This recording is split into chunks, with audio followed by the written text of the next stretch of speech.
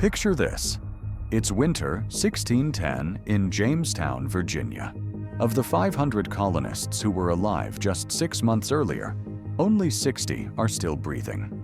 That's a 90% death rate, making Jamestown statistically more deadly than the Black Death, more lethal than the trenches of World War I, more catastrophic than any natural disaster in recorded American history. Yet most Americans have never heard the true story of what historians call the starving time. 6 months of cannibalism, murder, and horror that nearly ended English colonization in America before it began. But here's what they don't teach you in school. This wasn't a natural disaster. This wasn't bad luck. This was the predictable result of corporate greed, criminal incompetence, and a business model that treated human beings as expendable resources in pursuit of profit.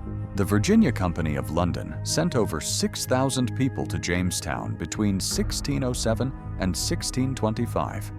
Only 1,200 survived. That's an 80% death rate over 18 years. One of the worst humanitarian disasters in the history of European colonization. What you're about to discover will fundamentally change how you understand the founding of America. This isn't the heroic story of brave pioneers that we learned in elementary school.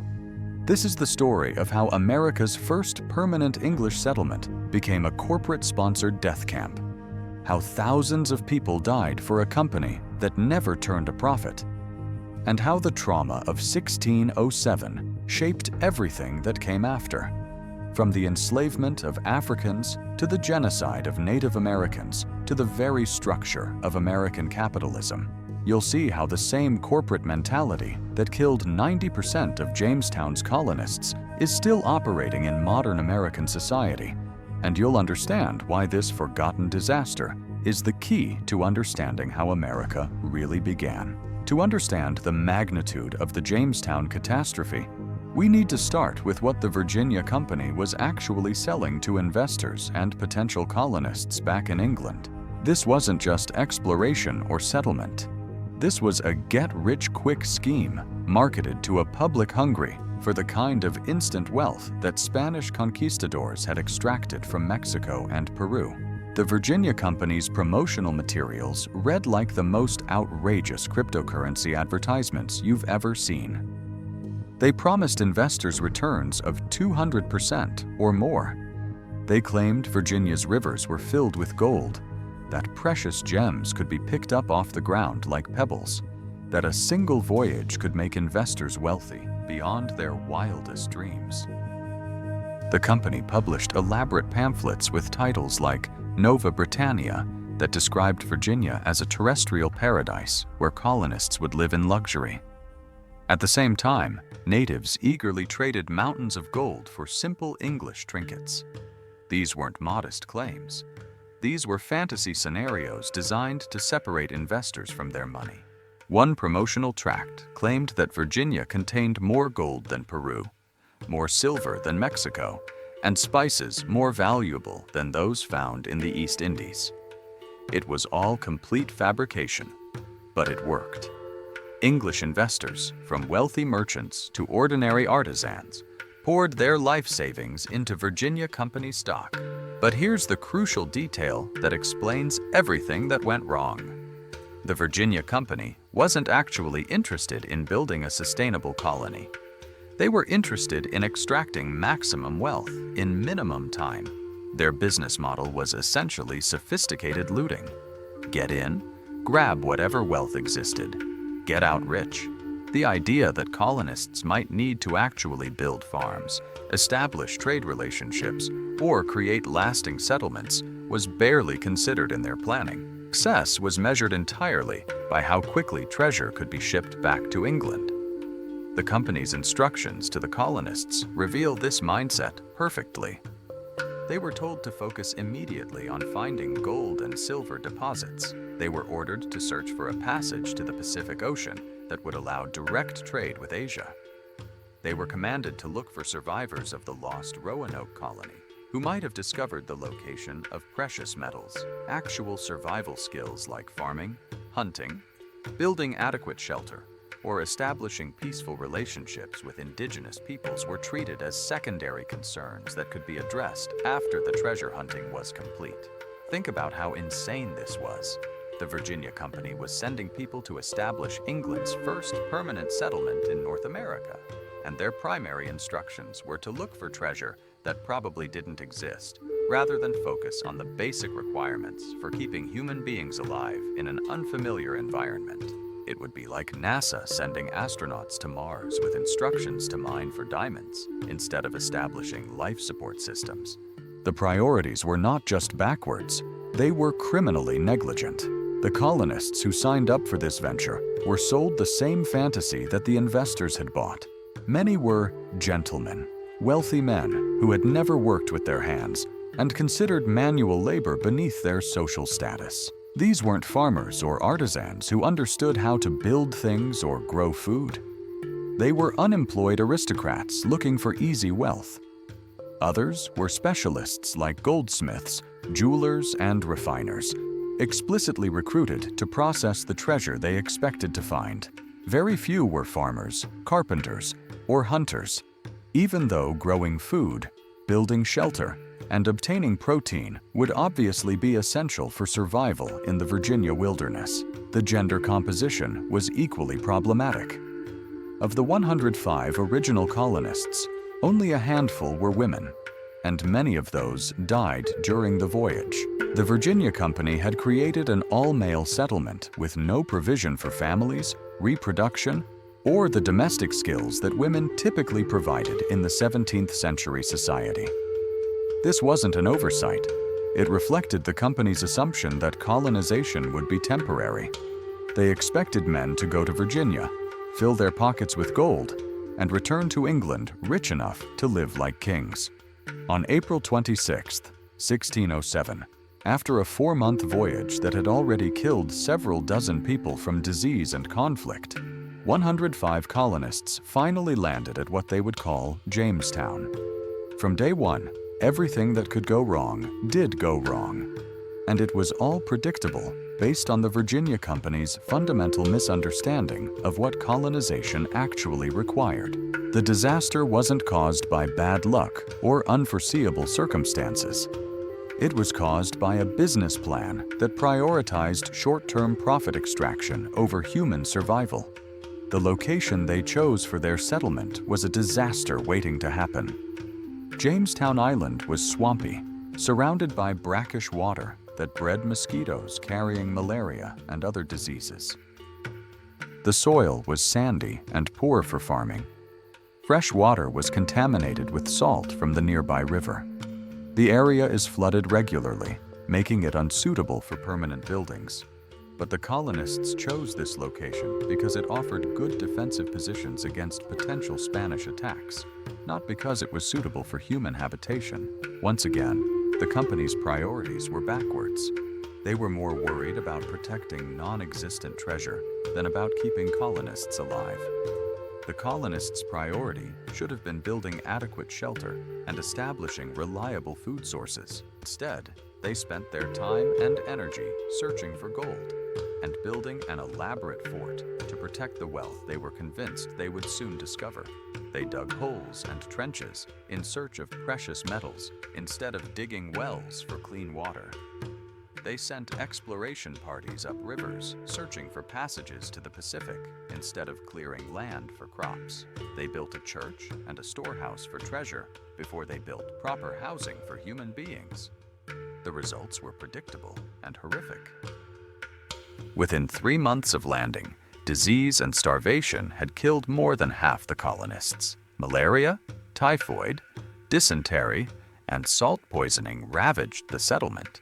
The colonists were drinking water contaminated with their own waste because they hadn't bothered to establish proper sanitation. They were eating spoiled food that had been stored improperly, or no food at all, because they hadn't planted crops or learned to hunt local game. They were living in tents and hastily built shelters that did not protect them from Virginia's brutal summer heat and humidity. By September 1607, just 5 months after landing, only 46 of the original 105 colonists were still alive. That's a 56% death rate in less than half a year. And this was supposed to be the relatively reasonable period before the absolute horror began. The colonists who survived described scenes of unimaginable suffering, men dying of diseases they couldn't identify, bodies swelling from starvation, people drinking their own urine because the available water was too contaminated to consume. The man who temporarily saved Jamestown from complete collapse was Captain John Smith, and his methods reveal just how dysfunctional the colony had become. Smith essentially imposed martial law, forcing the gentlemen colonists to work or go without food. His famous declaration, "He who does not work does not eat," wasn't inspirational leadership. It was desperate crisis management in a colony where many colonists literally refused to perform the manual labor necessary for SUR, considering it beneath their social status. Smith's background made him uniquely suited for this brutal task. He wasn't a gentleman. He was a professional soldier who had fought in Hungary against the Ottoman Empire, where he claimed to have killed 3 Turkish officers in single combat and been enslaved before escaping. Whether all his stories were true, Smith had definitely experienced violence, deprivation, and survival situations that most English gentlemen couldn't imagine. He understood that Jamestown was a war zone where standard social conventions didn't apply. Under Smith's leadership, the colonists began to focus on actual survival instead of treasure hunting. They cleared land for crops, built better shelters, established trade relationships with local Native American tribes, and created basic sanitation systems.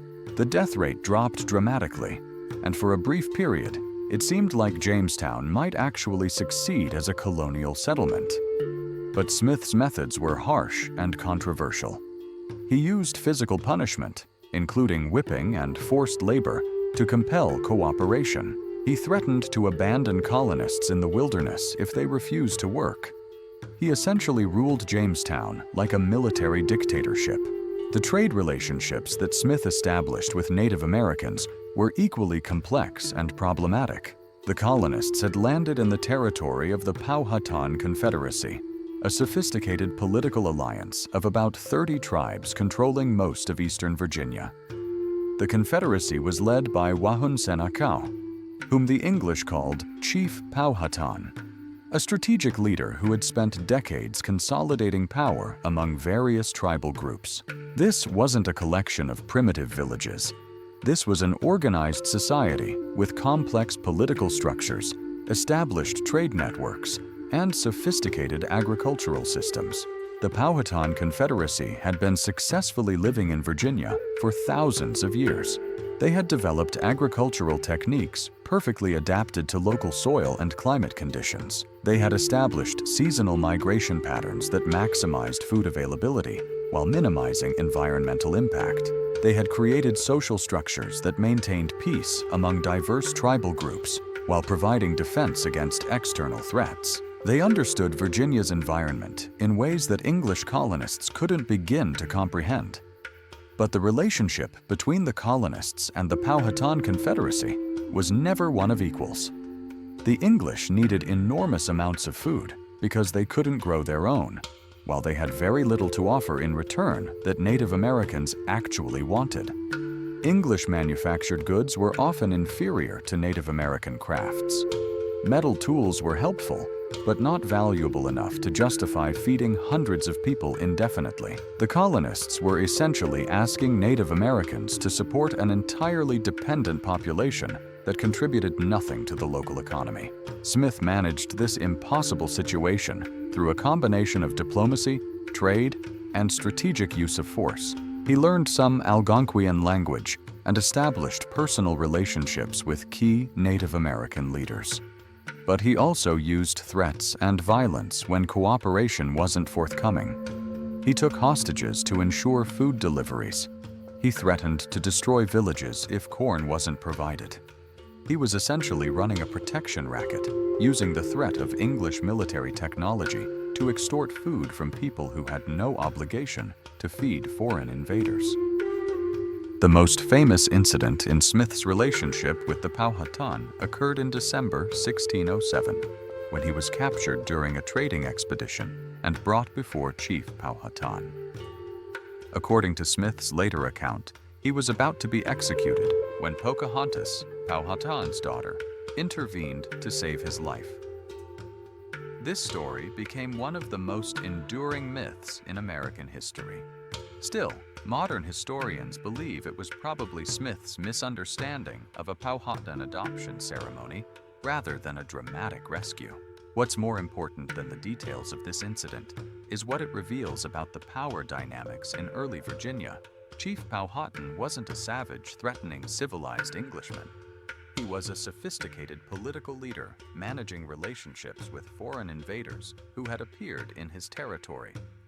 He understood that the English had advanced military technology but were utterly dependent on Native American food supplies. He was trying to figure out how to use this situation to his advantage while minimizing the threat that English colonization posed to his people. Pocahontas herself wasn't the innocent child of Disney movies. She was a young woman from a powerful political family who served as a cultural ambassador between two very different societies. Her real name was Amonute. Pocahontas was a nickname meaning playful one. Her marriage to John Rolfe in 1614 would be a calculated political alliance designed to cement peace between the English and the Powhatan, not a romantic love story. She died in England in 1617, probably from disease, while serving as a celebrity representative of successful colonization in the Virginia Company promotional campaigns. Smith's harsh methods kept most colonists alive through 1608 and early 1609, but they created enormous resentment among both the gentleman colonists and the Native American tribes. The gentlemen complained to the Virginia Company that Smith was treating them like common laborers and exceeding his authority.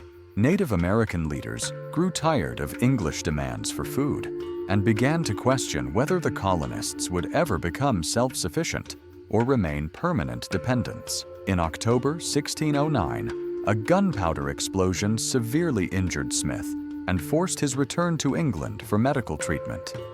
His departure marked the beginning of the period known as the Starving Time, 6 months that would reduce Jamestown's population from 500 people to 60 and involve horrors that traumatized survivors for the rest of their lives. The timing wasn't coincidental.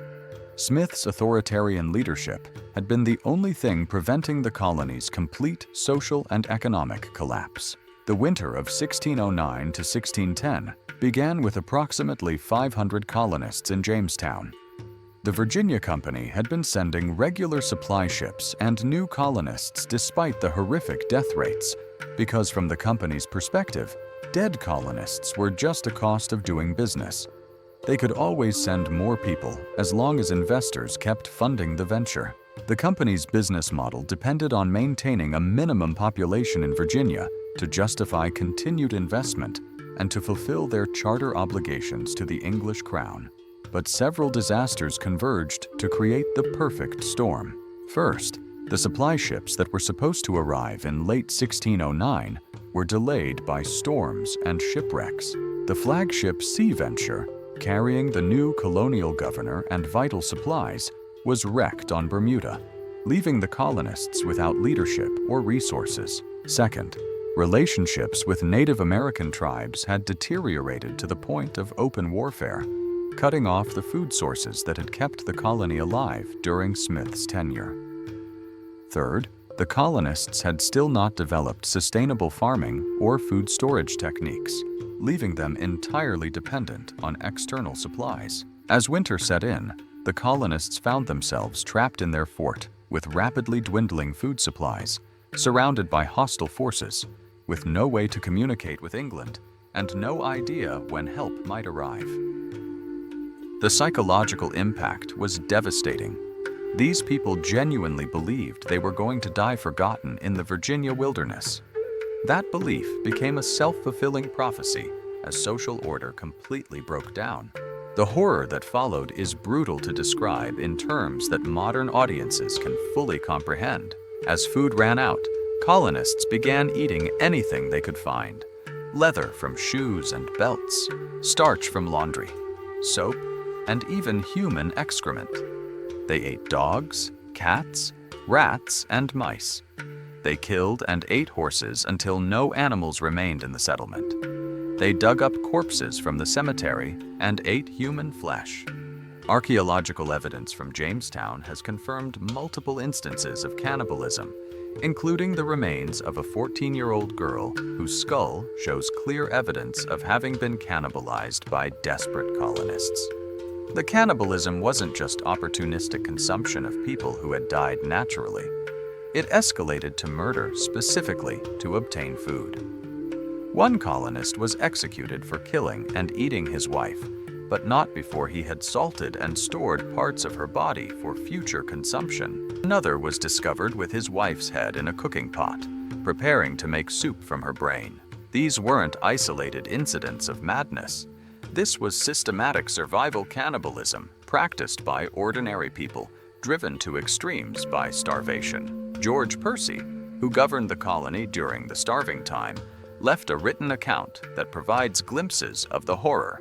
Having fed upon horses and other beasts as long as they lasted, we were glad to make shift with vermin as dogs, cats, rats, and mice. All was fish that came to the net to satisfy cruel hunger, as to eat boots, shoes, or any other leather some could come by, and those being spent and devoured, some were forced to search the woods and to feed upon serpents and snakes, and to dig the earth for wild and unknown roots. Percy's account continues with even more disturbing details. And now, famine beginning to look ghastly and pale in every face, that nothing was spared to maintain life and to do those things which seem incredible, as to dig up corpses out of graves and to eat them, and some have licked up the blood which hath fallen from their weak fellows. The social fabric of the colony completely disintegrated. Trust disappeared as people became potential sources of food. Colonists barricaded themselves in their shelters, afraid to sleep because their neighbors might kill them for meat. Families turned against each other. Children watched their parents waste away and die while being powerless to help them. Parents watched their children starve to death while contemplating whether to eat their bodies. The normal human bonds that hold societies together ceased to exist. The psychological trauma was as devastating as the physical suffering. Survivors described complete breakdowns of moral and social norms, where concepts like friendship, loyalty, and human dignity became meaningless in the face of starvation. People who had been respectable members of English society, merchants, artisans, even clergy members, were reduced to animals fighting over scraps of human flesh. The experience shattered their fundamental assumptions about civilization, morality, and human nature. Religious faith, which was supposed to provide comfort and meaning during suffering, largely collapsed as well. Many colonists interpreted their situation as divine punishment for their sins, but they couldn't agree on what those sins were or how to atone for them. Some believed God was testing their faith, like Job.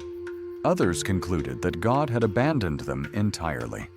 Still others decided that if God existed at all, he was either powerless to help them or actively malevolent.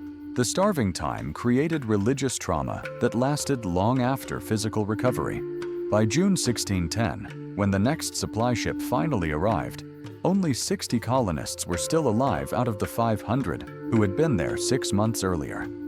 The survivors were described as living skeletons, barely recognizable as human beings. Many were so weak they couldn't stand without assistance.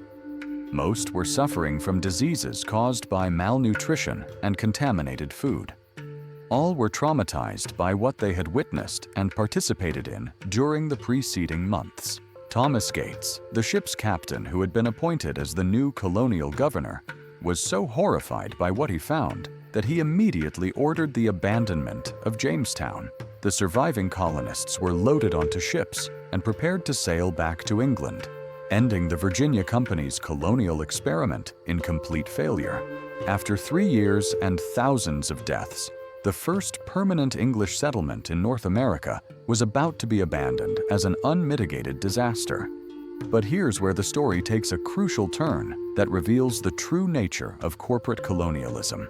Just as the ships carrying the survivors were sailing down the James River toward the Atlantic Ocean, they encountered another fleet heading toward Jamestown. This was Lord de la Warr, arriving with 300 new colonists, fresh supplies, and strict orders from the Virginia Company to keep the colony going regardless of the human cost.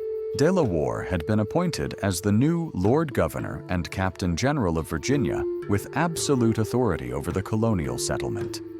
He represented a new phase in the Virginia Company's approach. If the colonists couldn't be motivated by promises of wealth, they would be controlled by fear of punishment. De la Warr ordered the survivors to return to Jamestown and resume the colonial project. Think about the cruelty of this moment. People who had just survived 6 months of cannibalism and horror, who were finally escaping their nightmare, were forced to return to the place where they had watched their friends and family members die, and where they had been reduced to eating human flesh to survive.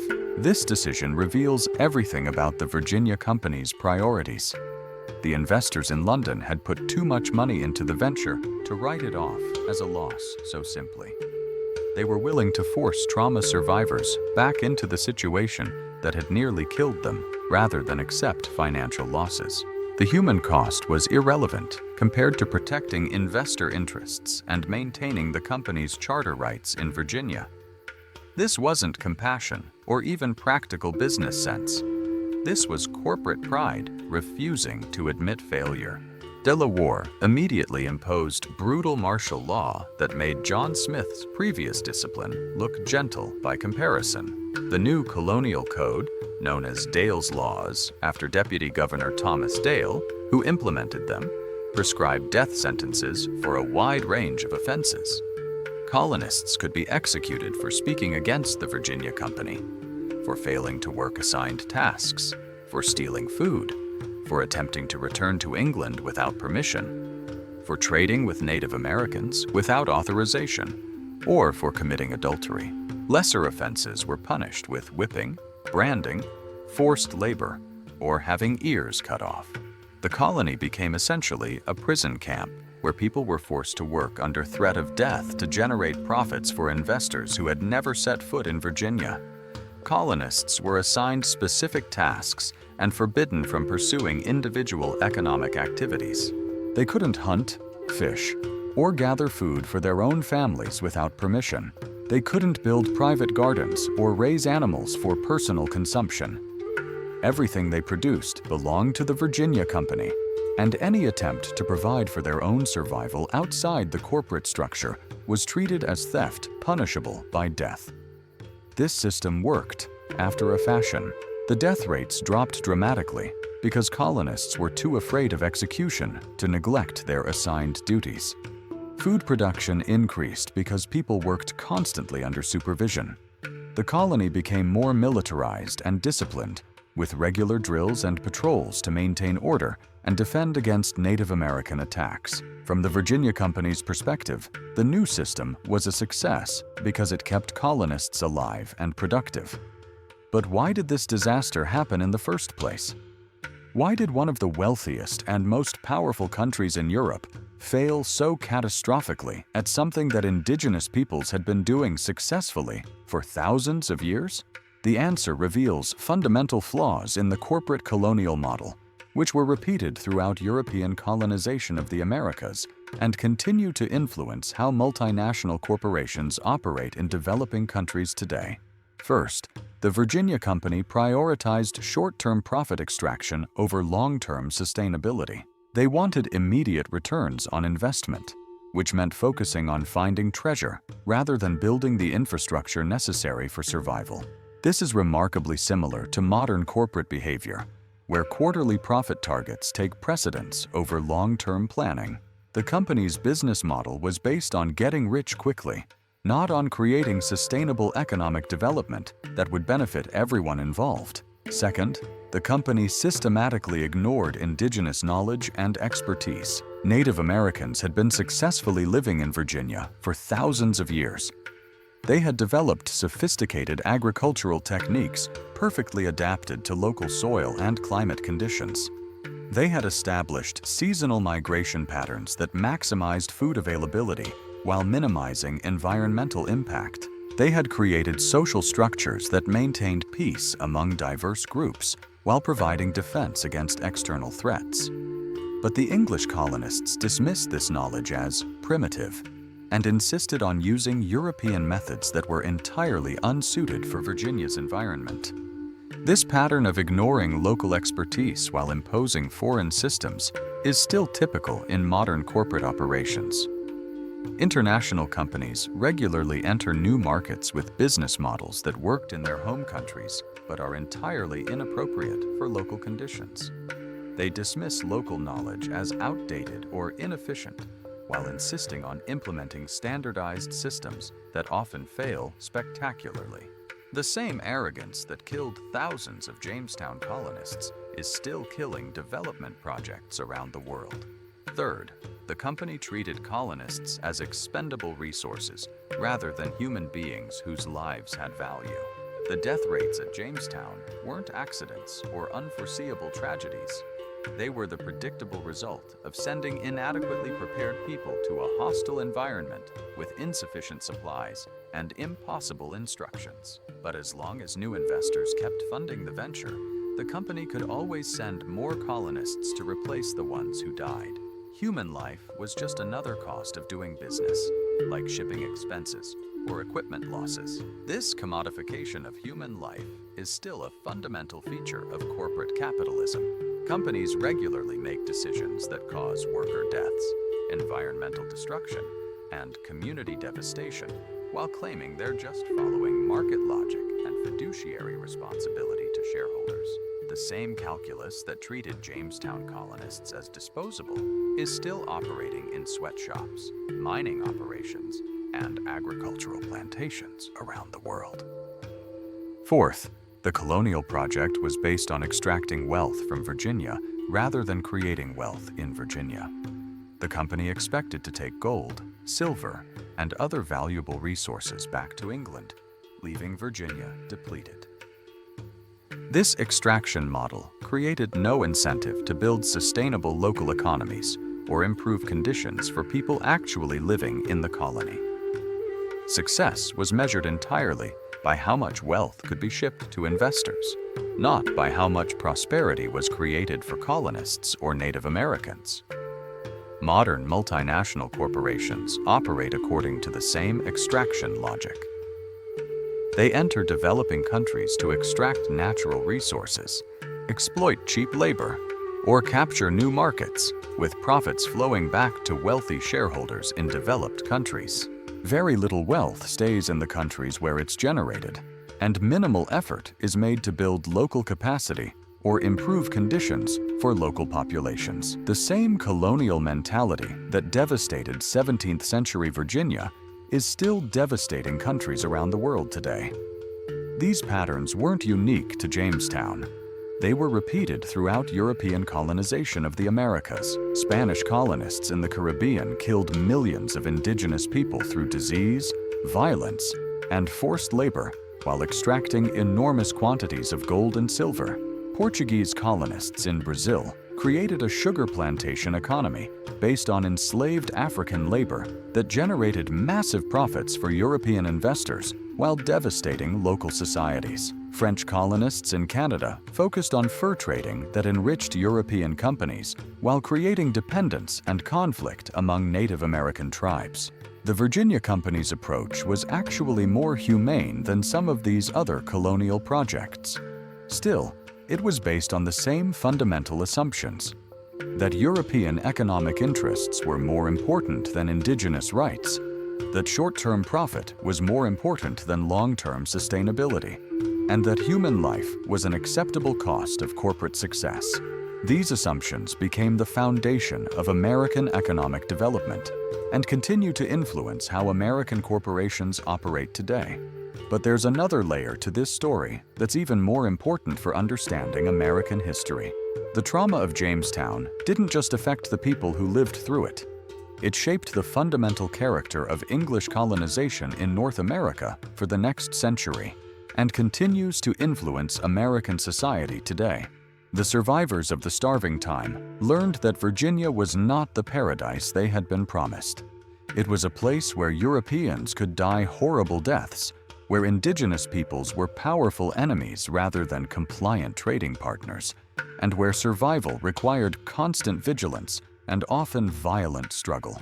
This trauma created a siege mentality that would characterize English colonial attitudes toward both the environment and indigenous peoples for generations. The lesson that English colonists took from Jamestown wasn't that they should treat Native Americans as equals or try to build sustainable relationships with indigenous societies. The lesson they took was that Virginia was a hostile environment that had to be conquered and controlled through superior force. This militaristic approach would justify centuries of violence against indigenous peoples and environmental destruction in the name of making the land productive, according to European standards.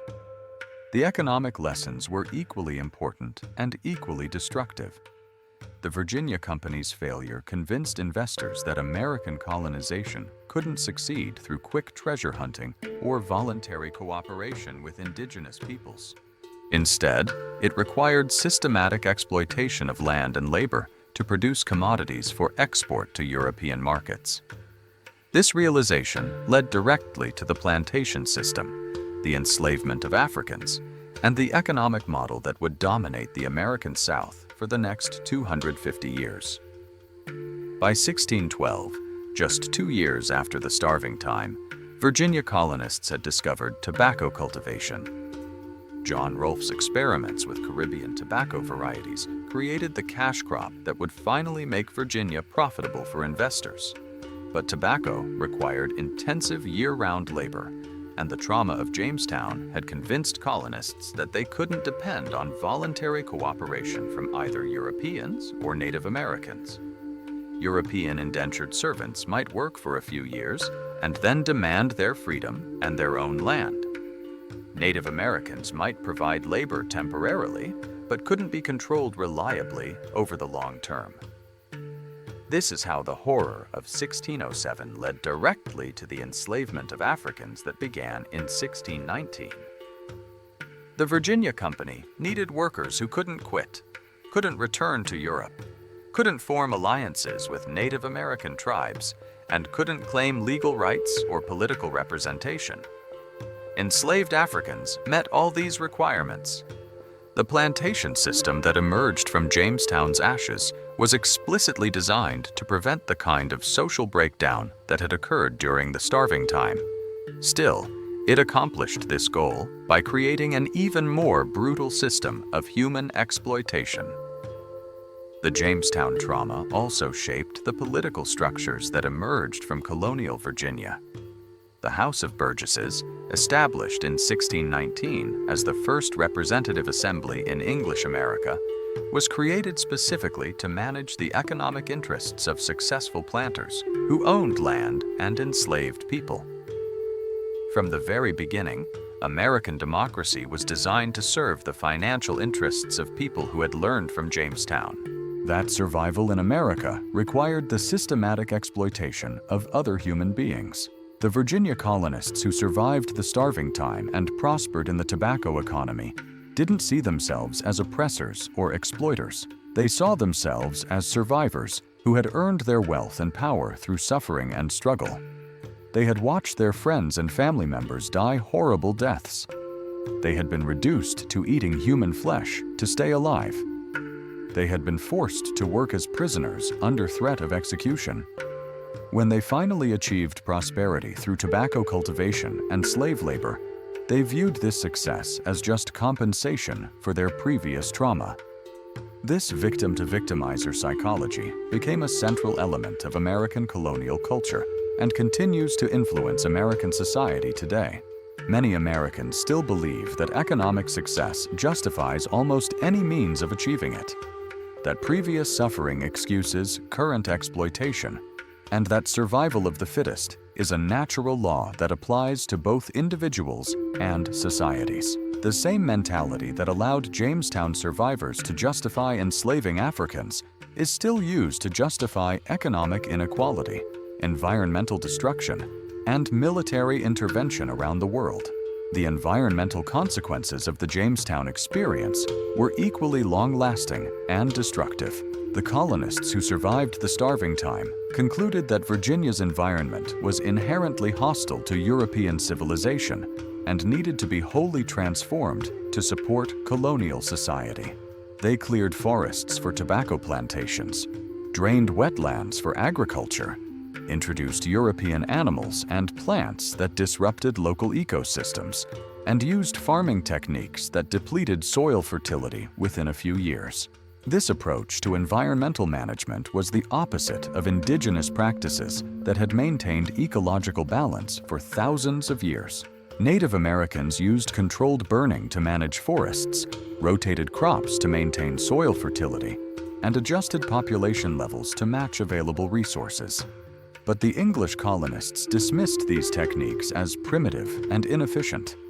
They believed that maximizing short-term production was more important than maintaining long-term sustainability. The same extractive approach to environmental management that devastated colonial Virginia is still operating in modern American agriculture, forestry, and mining. American corporations regularly destroy ecosystems, deplete natural resources, and pollute air and water while claiming that immediate economic benefits justify long-term environmental costs. The same logic that turned Virginia's forests into tobacco plantations is still turning rainforests into cattle ranches and mountains into coal mines. The cultural impact of the Jamestown disaster was perhaps most profound of all. The colonists who survived the starving time had experienced the complete breakdown of civilized society. They had seen how quickly human beings could become animals when faced with extreme desperation. They had participated in cannibalism and murder. They had watched normal moral and social bonds disintegrate under pressure. This experience created a deep cynicism about human nature and social institutions that would influence American culture for centuries. This cynicism manifested in several ways that are still characteristic of American society. First, it created a belief that individual self-reliance was more important than community cooperation. The colonists had learned that they couldn't depend on other people for survival, that social institutions could collapse without warning, and that only individual strength and resourcefulness could be trusted. This emphasis on individualism over community became a central element of American ideology. Second, it created a belief that violence was a necessary and acceptable means of achieving security and prosperity. The colonists had survived through the use of force against Native Americans and through brutal discipline against each other. They concluded that violence wasn't an unfortunate necessity, but a fundamental requirement for success in a hostile world. This acceptance of violence as normal and necessary became embedded in American culture and continues to influence everything from criminal justice to foreign policy. Third, it created a belief that economic competition was a form of warfare where only the strongest deserved to survive. The colonists had experienced literal survival of the fittest during the starving time. They concluded that economic competition was simply an extension of this natural selection process, where success proved moral worth and failure proved moral weakness. This social Darwinist mentality became a central justification for economic inequality and continues to influence American attitudes toward poverty and wealth. The religious impact of Jamestown was equally significant. Many colonists had interpreted their suffering as divine punishment for sin, but they couldn't agree on what those sins were or how to atone for them. Some concluded that God was testing their faith like Job, and that survival proved their divine election. Others decided that material success was evidence of God's blessing and that poverty was evidence of God's disapproval. This fusion of religious faith with economic success became known as the Protestant work ethic and became a central element of American religious culture. But perhaps the most important legacy of the Jamestown disaster was the lessons it taught about corporate power and government responsibility. The Virginia Company had demonstrated that private corporations, if given sufficient authority and legal protection, could cause enormous human suffering while avoiding accountability for their actions. The company's investors never faced criminal charges for the thousands of deaths their policies had caused. The company's executives never paid compensation to the families of colonists who had died. When the company was finally dissolved in 1624, it was because of financial failure, not because of humanitarian concerns. This established a precedent that continues to influence American law and politics today. Corporations are treated as legal persons with rights and protections, but they face minimal liability for the human and environmental consequences of their actions. Corporate executives can make decisions that cause worker deaths, community devastation, and ecological destruction, while claiming they were fulfilling their fiduciary responsibilities to shareholders. The same legal and political structures that protected Virginia Company investors are still protecting corporate interests today.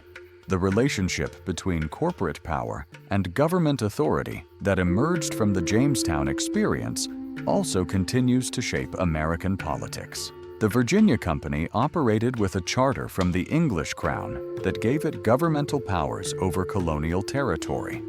It could make laws, impose taxes, establish courts, and use military force to maintain order.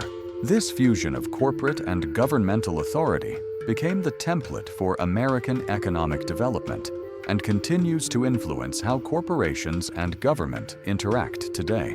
Modern American corporations regularly use their economic power to influence government policy, secure favorable legislation, and avoid regulatory oversight. They hire lobbyists to write laws, fund political campaigns to elect friendly officials, and threaten to relocate operations if they don't receive tax breaks and regulatory exemptions. The same relationship between corporate interests and government authority that characterized colonial Virginia is still operating in modern American politics. The international implications of the Jamestown experience were equally significant. The Virginia Company's methods and assumptions became the model for European colonization throughout the Americas and eventually throughout Africa and Asia. The same corporate colonial approach that devastated Virginia was applied to indigenous societies around the world, always with similar results. Massive population decline, environmental destruction, economic exploitation, and cultural devastation. The wealth that European countries extracted from their colonial empires through corporate-sponsored exploitation became the foundation of modern global capitalism. The same economic relationships that enriched Virginia Company investors while impoverishing Virginia colonists and Native Americans were expanded to create an international system where wealth flows from poor countries to rich countries through corporate-controlled trade and investment. This colonial legacy continues to influence international relations today. Wealthy countries use international corporations to extract resources and exploit labor in poor countries while claiming that this process promotes economic development and democracy. The same arguments that the Virginia Company used to justify its operations in Virginia are still being used to explain corporate globalization around the world. But there's also a resistance legacy that emerged from the Jamestown experience. The colonists who survived the starving time developed a deep suspicion of corporate and governmental authority. They had learned that institutions that claimed to serve their interests could actually be exploiting them. This skepticism became a central element of American political culture and contributed to the revolutionary movement that eventually overthrew British rule. The same spirit of resistance that emerged from colonial trauma continues to influence American social movements today. Every labor union, every environmental protection group, every civil rights organization in American history has been fighting against the same corporate mentality that killed thousands of Jamestown colonists. The struggle between human rights and corporate profits that began in 1607 is continuing in modern American society. As we reach the end of our investigation into the Jamestown disaster, we need to confront some uncomfortable questions about how much has really changed. Corporate executives today make decisions that cause environmental destruction, worker deaths, and community devastation while claiming they're just following market logic and fiduciary responsibility to shareholders.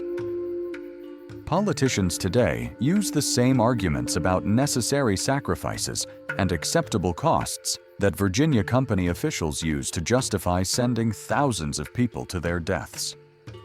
The same extraction mentality that drove the Virginia company to sacrifice human lives for corporate profits is now driving corporations to sacrifice environmental sustainability for quarterly earnings reports. Climate change represents a global-scale version of the same corporate logic that created the Jamestown disaster. Fossil fuel companies have known for decades that their products would cause catastrophic environmental damage, but they've continued prioritizing short-term profits over long-term survival. The lesson of Jamestown isn't that corporate colonialism was a historical mistake that we've learned from and moved beyond.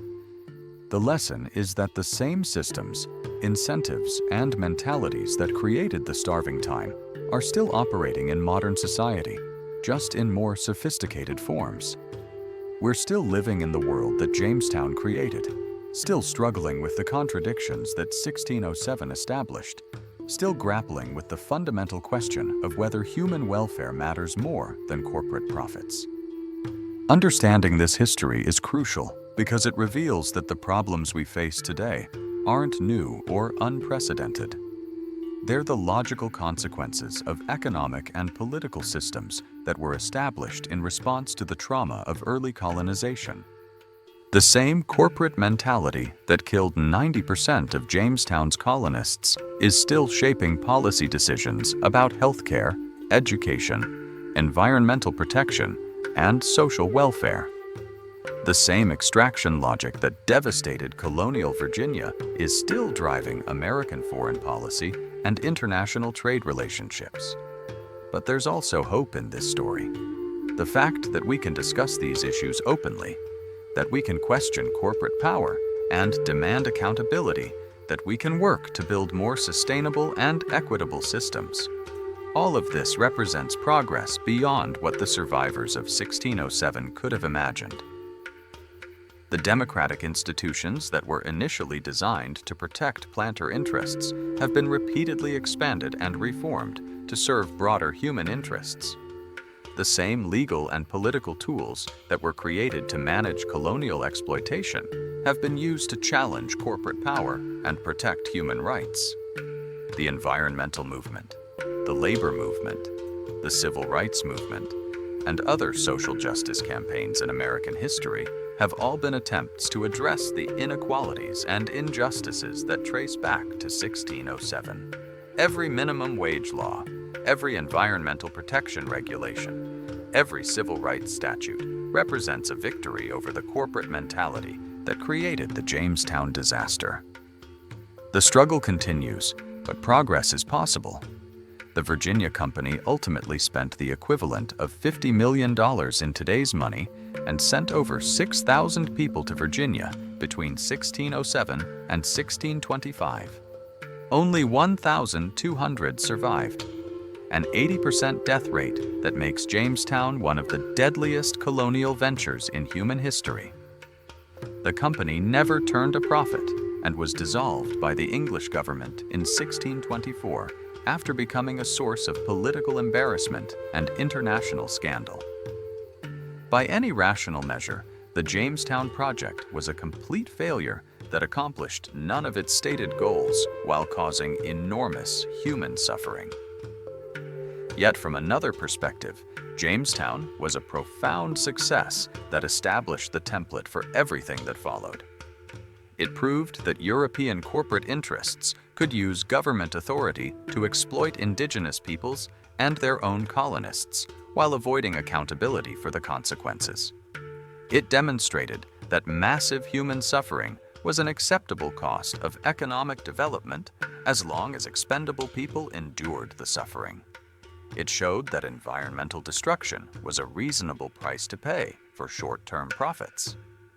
Most importantly, it established the legal and political precedents that would govern American economic development for the next 4 centuries. The men who survived the starving time went on to become some of Virginia's wealthiest and most powerful planters. They used their experience with death and trauma to justify the systematic oppression of enslaved Africans and the displacement of Native Americans. They turned their survival of corporate-sponsored horror into a claim for moral authority over other human beings. Their descendants would write the Declaration of Independence and the Constitution, fight the Civil War, build the Transcontinental Railroad, create the modern corporation, and establish America as a global superpower. But they never forgot the lessons they had learned during those 6 months of cannibalism and murder in the winter of 1609 to 1610. Those lessons shaped every major decision in American history: that violence was necessary for security, that individual success justified collective suffering, that economic growth was more important than social justice, that corporate profits were more important than human rights, and that America's destiny was to conquer and transform the world according to its own image. Next week, we're jumping ahead to 1619, the year that would transform the disaster of Jamestown into the foundation of American prosperity. We'll explore how the trauma of the starving time led directly to the introduction of enslaved African labor, how the first representative assembly was created to protect the economic interests of successful tobacco planters, and how the corporate colonial model evolved into the plantation system that would dominate American economics for the next 250 years. You'll discover how 3 simultaneous revolutions, the arrival of the first Africans, the establishment of democratic government, and the expansion of tobacco cultivation, created the economic and political foundations of American society. You'll see how the same corporate mentality that nearly destroyed Jamestown became the driving force behind American expansion and prosperity. And you'll understand how the choices made in 1619 shaped every major conflict in American history, from the Revolution to the Civil War to the Civil Rights Movement to the political battles we're fighting today. Make sure you're subscribed so you don't miss this crucial next chapter in the real story of how America was built.